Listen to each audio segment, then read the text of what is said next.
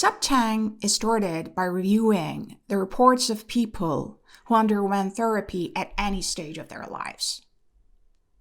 These records were significant because concentric grouping of these myriad stories helped me realize the self-perpetuating drama embedded in their language. When I put together the phrases people use to describe their state of mind, they were limited by a few subjects repeating themselves in different stories. And every time these people used these phrases, their reaction got strangely similar but highly intense. But in the end, there was a relief, joy in the completion of a cycle. Joy in the end was a reverse cursor for me to identify a pattern. And it made me question the structure of these stories. As I review the words in their stories, they were far beyond their linguistic nature.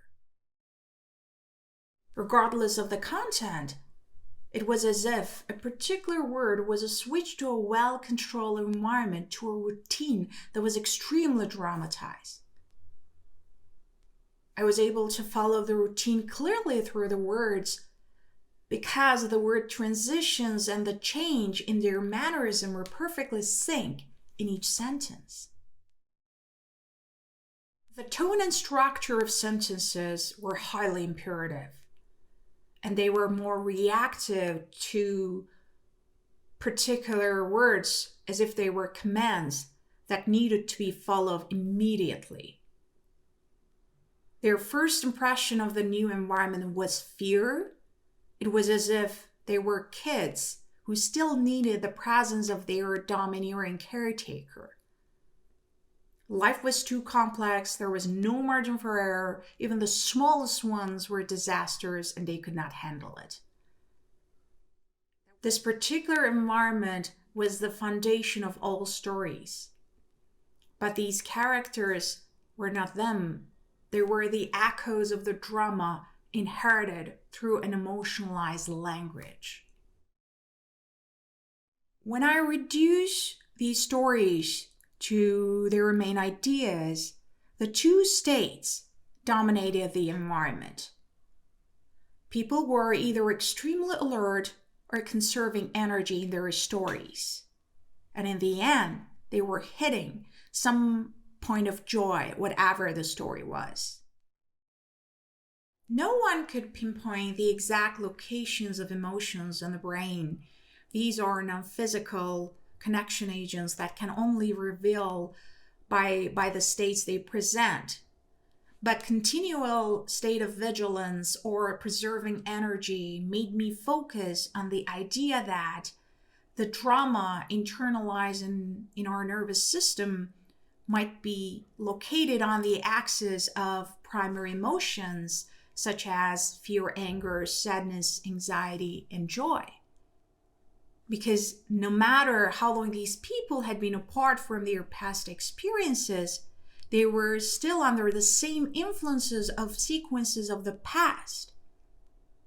There was a mismatch between what was happening in their environment and their response history, but they had already entangled with the reward-driven execution of a pattern so much and pass it off as a reflexive behavior. Even a sense was enough to reconstruct that pattern in the present, like the sequences of a well-known act played numerous times. Content could vary, but the structure was the same. Be alert or preserve energy or do them both, and in the end, hit the intense level of joy or any level of joy. That was the pattern.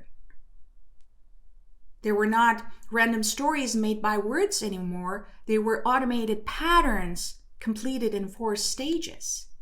The cue, the routine, the reaction to the routine, and the reward. They were habits.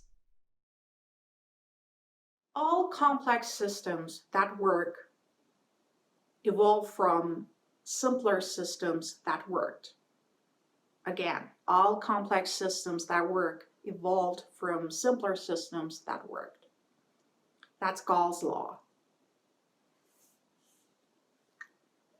We humans are complex systems with many moving units and parts that exist within more complex systems like societies and cultures. So if you want to understand our behaviors, we must first determine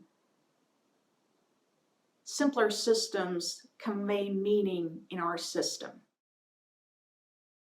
If we can identify the first sequential unit with meaning around the core function, it will provide us the main block to build the complexity upon over time.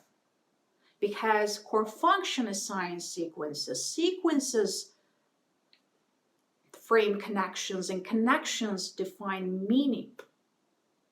So if you want to understand ourselves, our behaviors, we must first understand the core function of human being. So what is the core function of humans? Stay with us if you want to explore how well you're operating. See you in the next video.